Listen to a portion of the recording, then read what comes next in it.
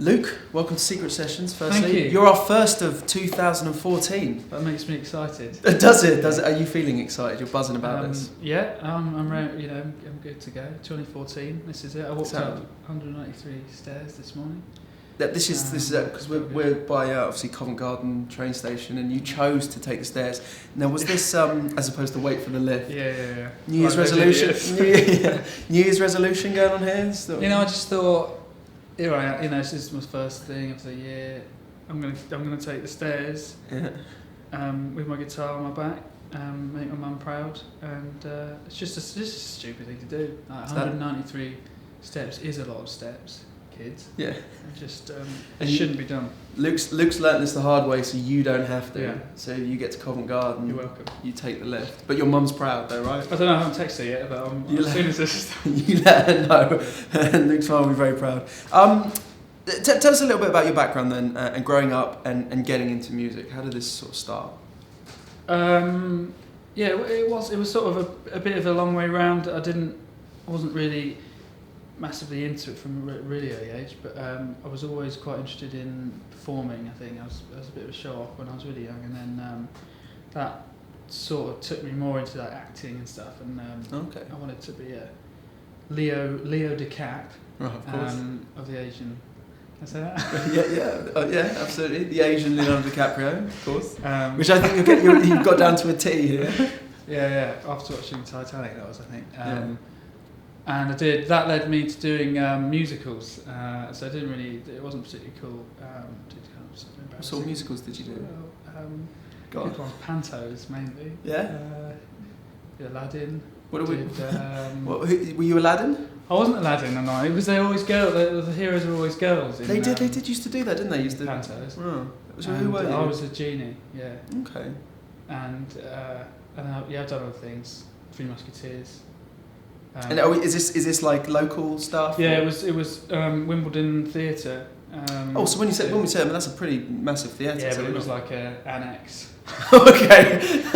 The room to the side of the main theatre. Okay. But I think that, like, jokes aside, that sort of maybe got me kind of comfortable on stage and stuff. And then when I came of age and decided that was really uncool to do that sort of thing, which isn't necessarily, but it was for me at that point. I got into kind of music just as a social exercise with my friends. Everyone was into kind of grunge a bit, and then nu metal and Limp Bizkit, System of a Down. We've all been there. Yeah, I went through the whole nu metal phase. Korn, Follow the Leader and Blind and all that sort of stuff. And so I was kind of into that, but it was mainly to. So did you used to play that then? Yeah, was that how you learned?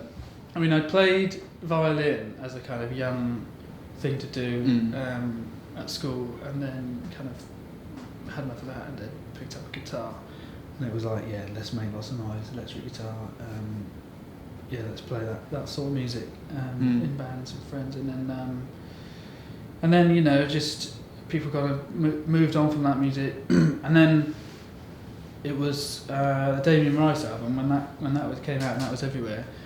I think I just saw an advert for that on TV, and that was the first time I'd heard the sort of music, singer-songwriter-y thing. And I just remember it blowing me away, and that is really great. So would you cite him as one of your major influences? Because there's definitely a lot of comparisons there, I think, in your sound and what you're doing. Yeah, I mean, I guess so. I'd say probably it's one of those things. Like this was 10 years ago or something, and but he was my first influence starting out. And I'd learnt that whole album and did open mic nights, like just playing Damien Rice covers and stuff, quite cliche, but that's how it went. And so in terms of like foundations of what I do, it was built on that basically. But like now I haven't really listened to that record for so long.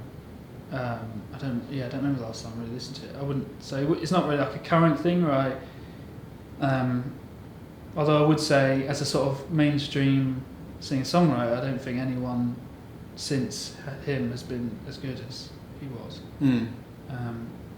So I guess I'd still like to kind of be as good as Well, I think you're right. I think there's definitely a sort of a gap in the market, and you know, It was something quite genuine. It's like, yeah, I don't know what it was, but it just had a thing which no one else has had. Yeah. So what makes you tick now then? What's the sort of stuff? If you've moved on from that.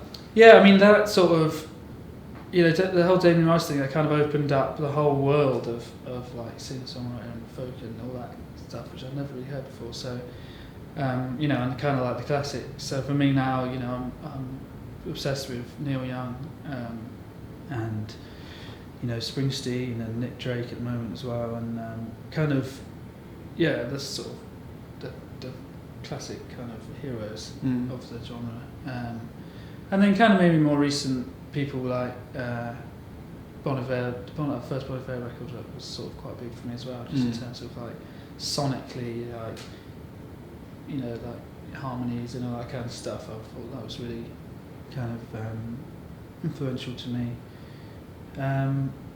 Yeah, but I kind of just really like good songwriting, kind of simple, not too flashy, just that a really good song. And then that, I think for me, some of those old guys are just timeless. They write timeless music, and it just feels like listening to some Nick Drake stuff. It feels like it could have been written today, because it's just so, it just doesn't, it's not locked to the time. So I maybe try not to write too much music and record it in a way that's too kind of set, like trendy and like now. Yeah.